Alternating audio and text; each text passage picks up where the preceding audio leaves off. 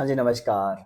तो आज एक बहुत ही महत्वपूर्ण टॉपिक आपके साथ डिस्कस करना है कि कई बार आपने अपने रिश्तेदारी में, अपने अगल-बगल कई परिवारों में ऐसा देखा होगा कि उनके घर में संतान नहीं होती।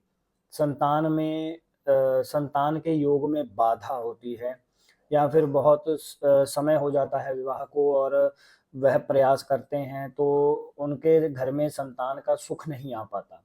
तो इसमें नॉर्मल बात तो ये है कि इसमें प्रत्येक जातक की इंडिविजुअल कुंडली देखनी पड़ती है कि कौन से ग्रह कैसे-कैसे प्रभाव डाल रहे हैं या जिसकी वजह से ये प्रॉब्लम आ रही है। या फिर आज के ज़माने के संदर्भ में अगर देखें तो बहुत सारे और भी कारण हो सकते हैं, मेडिकल कारण हो सकता है, कोई पर्सनल कारण हो सकता है, तो वो भी बहुत ज़रूरी है देखने। परंतु ज्योतिष की दृष्टि में यह जो संतान योग में बाधा है, वो किस प्रकार से हमारे शास्त्रों में बताया गया है कि क्या-क्या कारण हो सकते हैं, आज उसके ऊपर हम चर्चा करेंगे। तो मुख्यतः इसमें जो कारण रहता है कि जैसे आपकी जो जन्म कुंडली है, उसका जो पंचम भाव है, वो संतान भाव बोला जाता है। तो पंचम भाव में या तो कोई अशुभ ग्रह जैसे शनि, राहु, केतु इत्यादि जो अशुभ ग्रह माने गए हैं, उनका होना। कुंडली में जुपिटर यानी कि बृहस्पति अगर वीक हो, तो भी यह प्रॉब्लम आ जाती है। वीनस और मून यानी कि शुक्र और चंद्रमा अगर वीक हों तो भी यह प्रॉब्लम आ जाती है।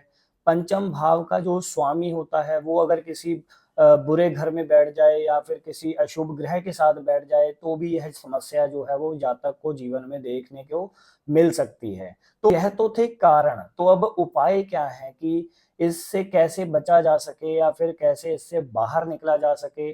तो पहले तो है कि जुपिटर को स्ट्रॉन्ग करना पड़ेगा। जुपिटर कैसे स्ट्रॉन्ग होगा वो जैसे आप हर गुरुवार को यानी थर्सडेज़ को फ़ास्ट करना शुरू करिए, व्रत रखना शुरू करिए और उसी दिन कोई पीला कपड़ा या फिर पीली दाल का दान किसी ज़रूरतमंद को करना शुरू करें, तो यह बहुत ही आपको हेल्प करेगा। भगवान शिव और माँ पार्वती की पूजा करिए, बाल गोपाल जी की पूजा करिए, यह भी एक बहुत ही उत्तम उपाय रहता है संतान प्राप्ति के लिए। और बहुत ही विशेष जो मैं कहूँ कि एक संतान गोपाल स्तोत्र है हमारे शास्त्रों में।